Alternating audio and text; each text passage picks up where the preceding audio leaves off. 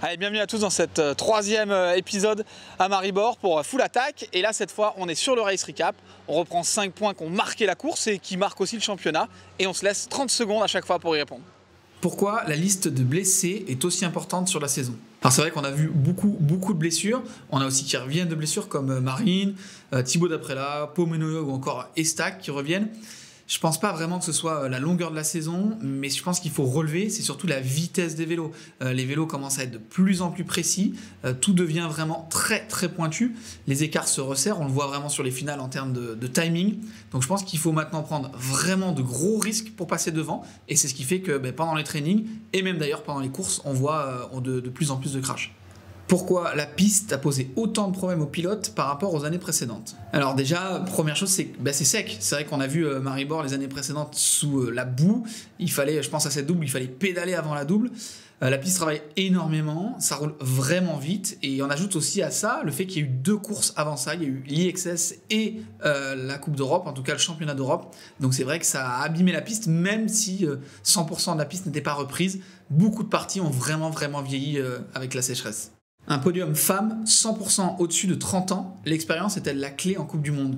Ça, c'est difficile. C'est difficile de faire une généralité, mais les résultats tendent vers ça. C'est vrai que dans la gestion de la pression, de la course, des lignes aussi, on voit Myriam qui est très efficace, Eleona Farina qui a donc aussi 30 ans a su gérer sa course, Camille Balanche qui est la reine de la gestion, et derrière on a Miley Johnset ou Vali qui elles ont 20 ans, Vali qui gagne la qualif et qui derrière prend pas le bon rythme, en tout cas n'arrive pas à concrétiser.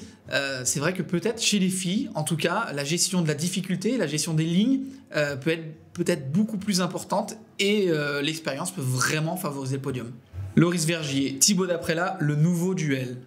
Alors, c'est vrai que ça nous rappelle un peu le duel qu'on a eu à Maury-Pierron, Loïc Bruni. Ils sont tous les deux en forme, ils sont en confiance, et c'est vrai qu'ils sont légèrement en dessus du lot. Après, c'est vrai qu'il y a 2 styles totalement différents, mais des passages aussi dingues les uns que les autres. Val d'Isole, qui est donc la prochaine étape, et surtout qui est les championnats du monde, il va vraiment falloir s'attendre à du spectacle, les attendre tous les deux. Mais je pense qu'il ne faudra pas oublier Loïc qui a fait 5e aujourd'hui, et Greg Minard qui se place 3e au général, et aujourd'hui qui est clairement dans le coup avec une 4e place. Général, femmes et hommes. Chez les femmes d'abord. Alors chez les femmes, on l'avait dit la dernière fois, c'est très serré. Là on a premier ex-aequo Myriam Nicole et Camille Balanche à 565 points. On le savait, on l'avait dit que ça allait être serré, et derrière c'est vrai qu'elles suivent un petit peu. Il y a un petit décalage avec Valentina Hall à 475 points, Tanné Sigreve à 462 points. Donc il va y avoir une lutte vraiment qui va s'opérer entre Myriam et Camille. Myriam a l'air vraiment très en forme. On va voir si Camille peut réussir à maintenir le rythme qu'elle a pris depuis le début de l'année et depuis le début de toutes ces Coupes du Monde. Et chez les hommes, autant cette finale à rebondissement nous a donné vraiment des frissons, mais le général c'est vraiment une autre ambiance. D'après la cumul, presque 142 points d'avance sur Troy Brosnan. Donc à moins vraiment d'une blessure de Thibaut ou vraiment de 2 gros ratés, je pense que Thibaut est vraiment très bien installé en tête. Greg Minard qui lui récupère la 3e place avec 225 points de retard. Et c'est Baptiste Piron qui est toujours 4e, mais qui lui est blessé, donc on ne le verra pas prendre plus de points cette année. Alors à moins de vraiment d'effets de course, je pense clairement que Thibaut va nous ramener le général cette année en France. En tout cas, on le souhaite, et on espère même voir un titre de champion du monde également en France.